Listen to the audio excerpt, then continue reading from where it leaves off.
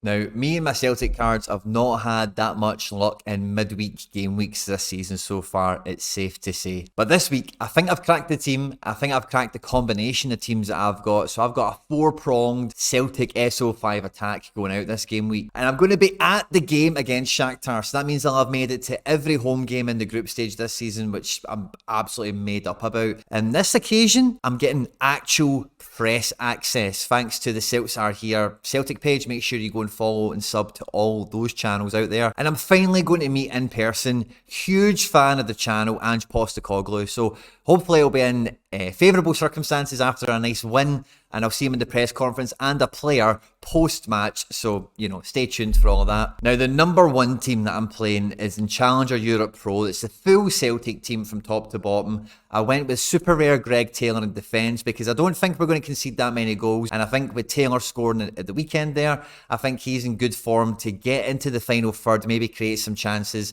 as well as, of course, you know, all the kind of defensive work that Greg Taylor's been famous for in his Celtic career. Aaron Moy comes in to captain this team in midfield. He's shown already he's 70 plus, he's 90 plus capable, and I think this will be a big match for the Maestro in midfield. And then I've went with rare Furuhashi and super rare Hitate, so I'm hoping between the two of them we can link up for some double decisives, as well as all the creative and attacking output that I'm hoping that we get from Celtic in the first 60 minutes or so of the match. In All-Star Rare Pro, I've not got the luxury of having more than one Joe Hart, so I'm putting in Jan Oblak, who is going to be playing Leverkusen at home, and I'll have to be subbing in instead of the Maestro. I'm bringing in probably the most slept-on player in European football at the moment, Brais Mendes, super rare. He's away to Neil Lennon-less Ammonia Nicosia, in which should be a favourable match. And then around that, we bring in the super rare Kyogo Furuhashi that I won a few game weeks ago, the rare Rio Hitate that I've owned for years, and then Moritz Jens, the rare card. Again, I don't think Celtic are going to concede.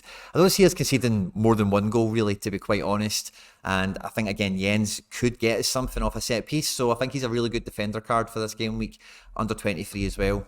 But with super rare Kyogo and super rare Braze, I'm just hoping for big decisive actions between the two of them. They're my two big teams, my two favourite teams. Third Celtic prong of attack is I'm getting myself into under 23s with a lovely pairing of Liel Abada and Sead Haksabanovic. I think both are going to start, and I think both, again, have got the ability to be right on the end of a lot of decisive actions, goals and assists, creating big chances, attempted assists, all that good stuff. Captain in Haksabanovic, I just think he's more likely than Abada to get more minutes. Tonali's got a great game away to Zagreb, and then Frimpong, man of the moment, he is playing Atletico Madrid. So maybe if the All Black card doesn't pay off, maybe the Frimpong card pays off. And then my fourth prong of attack is I've just went Celtic Stack Limited all the way, but I've had to drop in Captain David Silva, again, like I say, away to Neil Lennon-less Ammonia Nicosia. Should be a very convincing win for Real Sociedad. I think Hitate, you know, all these guys go without saying, I think they're going to have huge nights for us. And between those four teams, I'm hoping I can get really far this midweek with these Celtic cards. These are the main games that could get in the way, even if Celtic do run rampant this game week. I'm expecting everyone on this page, you can see it's big team versus team that should be dicked. Napoli should run Rangers over 7 or 8-0. Same with Inter Milan against Pilsen. PSG Maccabi Haifa should be incredibly high scoring.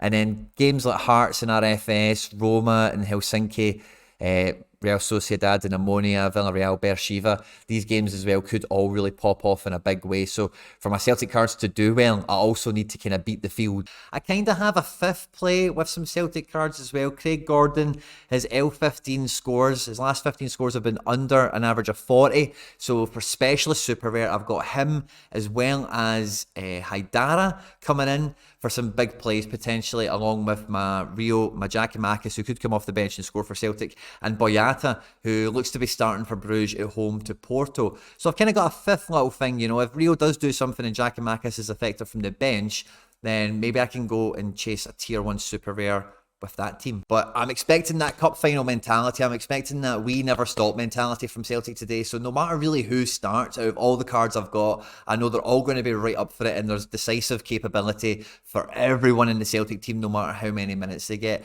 I'm quietly optimistic and hopeful for something like a 4-1 victory for Celtic tonight. At this point, I would just take any manner of 3 points that's available. But that's, when I'm building my teams, I can imagine that happening. And that's my forecast, that's my prediction for the game.